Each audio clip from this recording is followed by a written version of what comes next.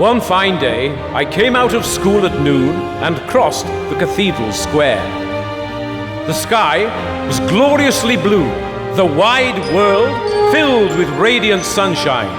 God was in his element, I was in mine. The roof of the great cathedral glittered and shone, sparkling in the light. I was almost overcome by the beauty of it all. I thought, the world is beautiful, the church is beautiful, and God made all of this and sits above it, far away in the great blue sky on his golden throne.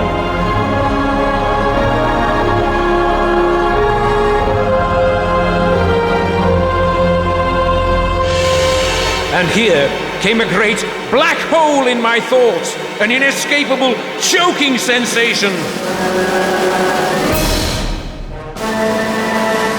I told myself, don't go on thinking, arrest all thought. Something terrible is coming, something I do not wish to think about, something I dare not even approach, for to do so would be committing a frightful sin. What is the most terrible sin of all? Murder? No, it can't be that. The most terrible sin of all is to sin against the Holy Ghost. For that there can be no salvation. There is only hell and damnation for all eternity. That would be very sad for my parents. Imagine their son, to whom they are so attached, damned for all eternity. I can't do that to them. And yet, the answer is simple. All I have to do is not think the thought. On my long walk home, I try to think of other things, lesser sins, smaller ones, like touching a girl's underwear, exposing myself, wandering naked through Zurich. Dear God, receive these lesser sinful thoughts, but don't let me be caught thinking the ultimate blasphemy, this concept that goes against all I've ever been taught. When I got home, my mother noticed something was wrong with me right away. What's the matter with you? Did something happen at school today? I was able to reassure her nothing had happened at school. Little did she know that God was turning me into his fool. That night, I slept badly, tossing and turning in my bed, trying to fend off the thought from my head. The next 2 days were torture. My mother declared I was ill. I do declare he's ill. We send for the doctor. All Carl needs is a pill. My analysis is this youth is malingering. Too many times his penis he's been fingering. A typical doctor treating the body and ignoring the soul. Doesn't he see that I'm standing in a black hole? My minister father was no help either. Confess to me, my son, not as your father, but as your priest. Tell us what ails you. Together we shall slay the beast. Confess to me, your only mother. Confess to me and tell no other. Look at them. They represent the world, and the world demands that I face what I do not desire. This thought that will damn me to hell and hellfire. Why should I be made to think of something I don't know or want to know? What force compels me to do so? Now it is coming again, forcing me to think. I gathered myself for the leap into hell and saw myself crossing the cathedral square, the sky so gloriously blue, the wide world filled with radiant sunshine, and God high above it all, far away in the great blue sky on his golden throne.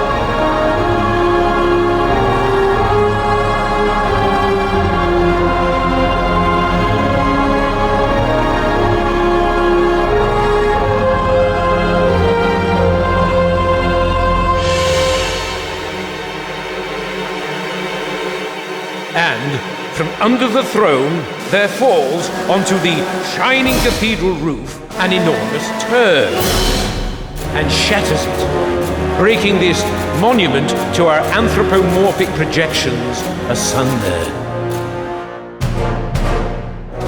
There, I've not only thought it, I've said it, and I'm still alive. So, now that I've conquered my natural fear, I'll say it again, so it's perfectly clear. I saw the Lord God his own work besmirch, and let fall a turd on the roof of his church. Down from the throne in the sky where he sits, he buried our praise under one of his... I really must be going. I'm needed at the hospital. Look at the time. I have another burial in 5 minutes. I think I'll go and bake an apple pie.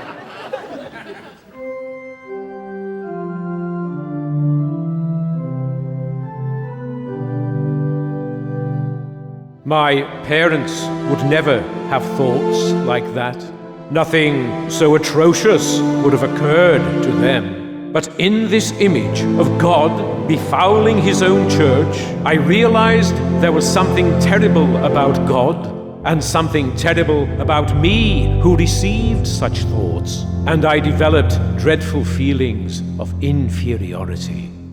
Now I had dark secrets that made me feel guilty.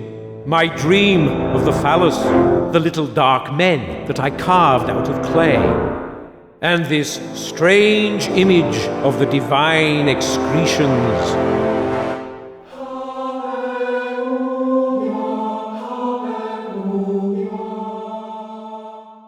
I sought refuge in the book of Job. Though I wash myself with snow water, yet shalt thou plunge me in the mire. I had to ask, who makes me think that God defecates on his own church, or dream of a phallus on a subterranean throne? I realized it was not I myself who generated these thoughts, but God, the Creator, which meant that God had a dark, terrible shadow side. For who else had made the suffering world, and a human race compelled to experience dark thoughts and commit ominous actions even against our personal wills and inclinations? When I heard my father praise God as good while exhorting us to love God, I wanted to shout. Does he really know what he's talking about? What if God told him to put me to the knife and make me, like Isaac, a human sacrifice? Or have me delivered to an unjust court and crucified like Jesus? Contemplating these conundrums made me aware of God's sense of guilt and imperfection. And I began to have compassion for God.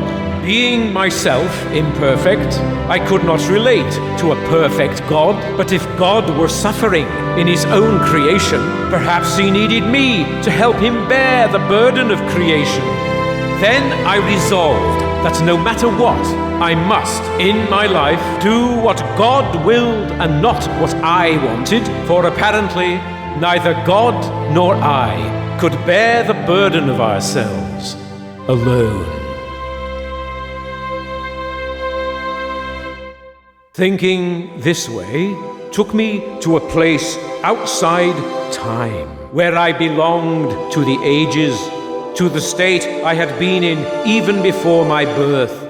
This wrestling with the otherness of God was, for me, a profound experience, a terrible struggle, and yet also a supreme ecstasy.